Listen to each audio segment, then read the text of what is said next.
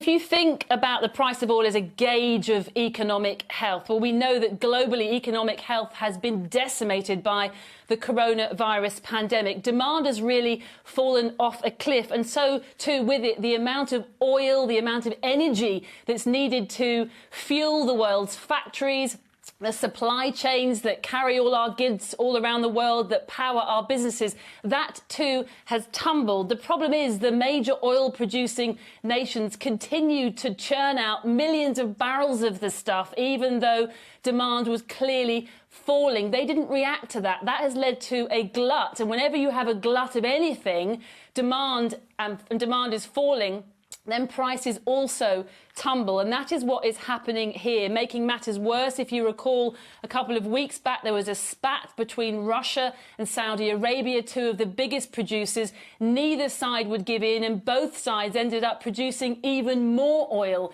Then last week, President Trump, in fact, rarely to his credit, did manage to step in and produce a deal, managed to get Russia and all the other major oil producing nations to agree to cut production, including the US, because don't forget, the US has also become a major oil producer too. But the problem is those cuts, millions of barrels a day, have not yet kicked in.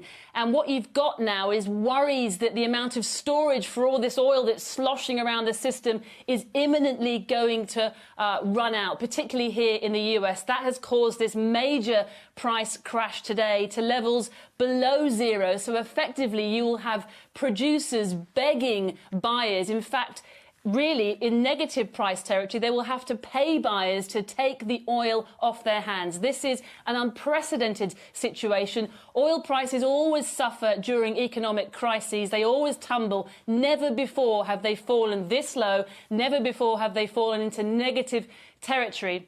And that really underscores, Kathy, the extent of the crisis that we are in here. And again, I say this all the time and don't mean to sound negative, but there are no signs really that the global economy is going to pull out of this crisis anytime soon.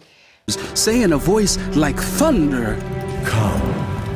I looked, and there before me was a white horse. Its rider held a bow, and he was given a crown, and he rode out as a conqueror bent on conquest. When the Lamb opened the second seal, I heard the second living creature say, "Come." Then another horse came out, a fiery red one. Its rider was given power to take peace from the earth and to make people slay each other. To him was given a large sword. When the Lamb opened the third seal, I heard the third living creature say, "Come!" I looked, and there before me was a black horse. Its rider was holding a pair of scales in his hand. Then I heard what sounded like a voice among the four living creatures saying, 2 pounds of wheat for a day's wages. And 6 pounds of barley for a day's wages. And do not damage the oil and the wine.